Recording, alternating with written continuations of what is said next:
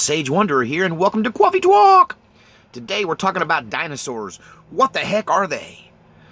So, when I was a kid, I was quite obsessed with dinosaurs. Now, I think it was kind of trendy in the early 70s. Dinosaurs were kind of a thing. It was like the new phase or craze with kids.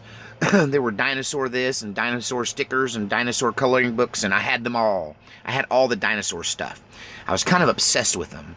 And when I was a kid, we took a cross-country trip to Dallas, Texas from, where did we live at the time? Out in Hermiston. From Hermiston, Oregon to Dallas, Texas. Someplace I would later move to, ironically. But as an adult, maybe this had something to do with it, that I took that trip out there. But along the way, I just remember it being all about dinosaurs for me. I was coloring dinosaurs. I had some kind of dinosaur plastic toys that we picked up along the way. And we stopped on Route 66 at this place that had all these giant, like, life-size dinosaur, like, sculptures that were kind of made out of paper mache or something, and they were painted in bright colors. And so my interest in dinosaurs goes all the way back to the beginning. When I asked myself, you know, if they're not what the scientists claim they are, you know, scientists claim that they evolved on this planet and that, you know, something caused them to become extinct. If you don't buy that and you want to look at other alternatives, there are some interesting ones. Dr. Carl Baugh, B-A-U-G-H, at the Creations Evidence Museum in Glen Rose, Texas, has an interesting theory on dinosaurs.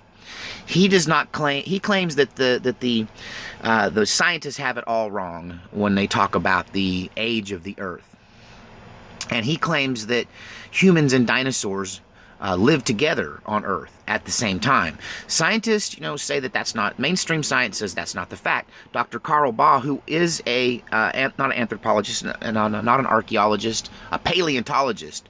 Dr. Carl Baugh is a paleontologist. And the only reason that he believes any of this is from firsthand experience, because he was a product of of academia, and he believed what he was told to believe until he was called out to investigate footprints at Glen Rose, Texas, found in the Paluxy River. And in this stone, in this ancient stone, are these big three-toed dinosaur footprints. And, you know, it's a bipedal dinosaur, and you can tell that it's running. And right inside the footprint, next to the footprint, and actually in the footprint, is a human footprint. Thing is, this human footprint is like 24 inches long. So it's evidence for giants, and that giant human beings existed alongside dinosaurs in real time. And Dr. Carl Baugh claims that the dinosaurs were actually a genetically created and engineered species. That they were intelligently designed by pre-Diluvian man. That the human beings that lived here before, who may or may not have been the offspring of the fallen angels, they may or may not have been in some way the descendants of Nephilim. He doesn't really go into that. The last time I checked, he was mainly interested in how they coexisted in time, but he claims that the dinosaurs were invented for the purpose of clearing the earth of vegetation. He claims the dinosaurs were nearly all, if not completely all, vegetarians, and that their main purpose was as giant lawnmowers. Some people put goats in their yard to keep the grass down. Well, apparently pre-Diluvian man used giant dinosaurs to keep the grass down.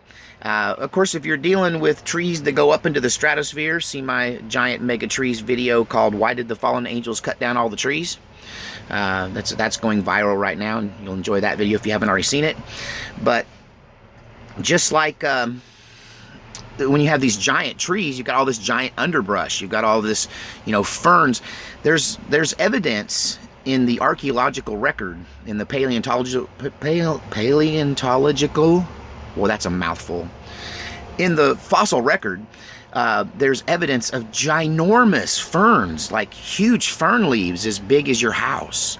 So there was a lot of vegetation to deal with, and so Dr. Carl Baugh claims that they genetically engineered these dinosaurs to eat the vegetation and to clear the earth so they could, you know, have some open spaces and see the sky. Know what I'm saying?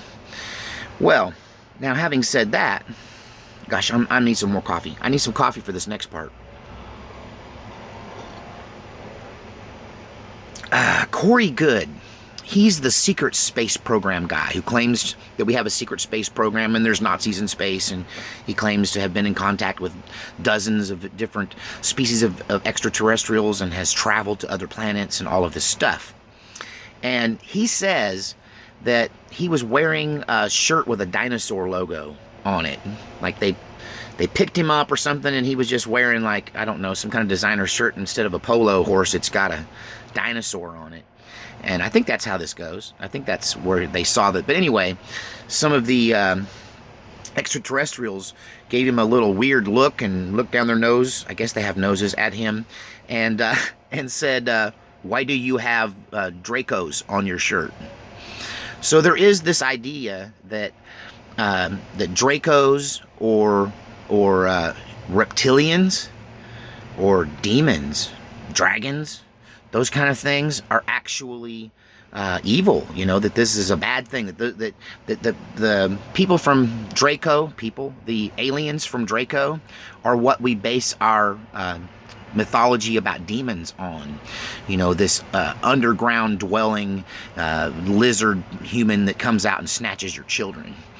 And so there is this idea that these giant dragons, these giant reptilians, these dinosaurs, might have actually been brought here by draconians from their planet. And they were like their animals, their pets, their livestock, their deer, that they were brought here and didn't originate from here. All very interesting. And here's another interesting thing. When you start to think that maybe dragons, the idea of flying dragons may be based in dinosaurs and the memory of dinosaurs, and maybe was kind of, I don't know, if you look at dinosaur bones, they kind of look like giant birds, that birds and lizards are related. In fact, lizards are just birds without wings, and without feathers, rather. And there's this idea that really maybe the dinosaurs didn't have scales. They weren't like scaly reptiles at all. See, we don't know what dinosaur skin looked like because it's all gone. All we have left is the bones. And so there's a lot of guessing about what the bones were covered in. And some people believe that dinosaurs as they are presented in movies and television is completely false. That in fact dinosaurs were actually like ostriches. They were birds. That many of them didn't fly anymore, but they had still the features of birds, and maybe they're the missing link in the evolutionary chain between birds and lizards, blah blah blah, I don't know. But the idea that all of the dinosaurs were covered in feathers. Some people say they were covered in very colorful feathers, like red and blue. Make sure and check out my red, white, and blue video on unmasking the dark side to hear about some of the occultic and ancient stories about aliens who were blue and red birds. Bipedal humanoid birds. So anyway, yeah, what if the dinosaurs had feathers? Now that brings a whole new imagery to life. Can you imagine being chased by a T-Rex, which is essentially a giant rooster with a big red feathers, and you know, and then they can kind of maybe hop along and fly a little bit because they got feathers, and they can at least do like a chicken and maybe do a little short, I don't know. Blowing me away. Feathered dinosaurs.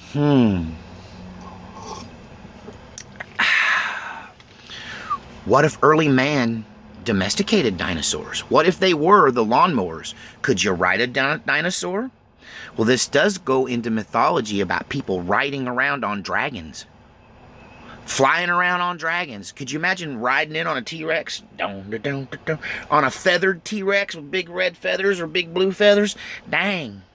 Yeah, you'd be the man then, 14 foot tall. Wow. That makes me want to start talking about the stasis beings and the Illuminati Disneyland in Ohio. That's for another video. What do you think? Were dinosaurs genetically engineered as giant lawnmowers? Did we coexist with dinosaurs? Were those human footprints or maybe Anunnaki footprints? Did we all get smaller when they cut down all the trees? Did the flood make it so everything grows smaller now? And everything used to be way bigger, including the lizards? and the snakes and the birds. What if dinosaurs had feathers? Doesn't that blow you away? Well, tell me what you think in the comment section. And before the Christians start going off on a tirade against anything I said on this one, just know that, you know, the Bible talks about dinosaurs. It talks about dragons and leviathans and monsters from the deep, sea monsters and whatnot. So yeah, it's all very interesting. I've been obsessed with some of this stuff from childhood, but tell me what you think about the dinosaurs. What are they? Where did they come from? Did they have feathers? Did we live when they lived? Or do you just believe the same old boring party line that they were just giant lizards and now they're gone forever? Jurassic Park? Was it a documentary? I don't know. Let's see. See you next time.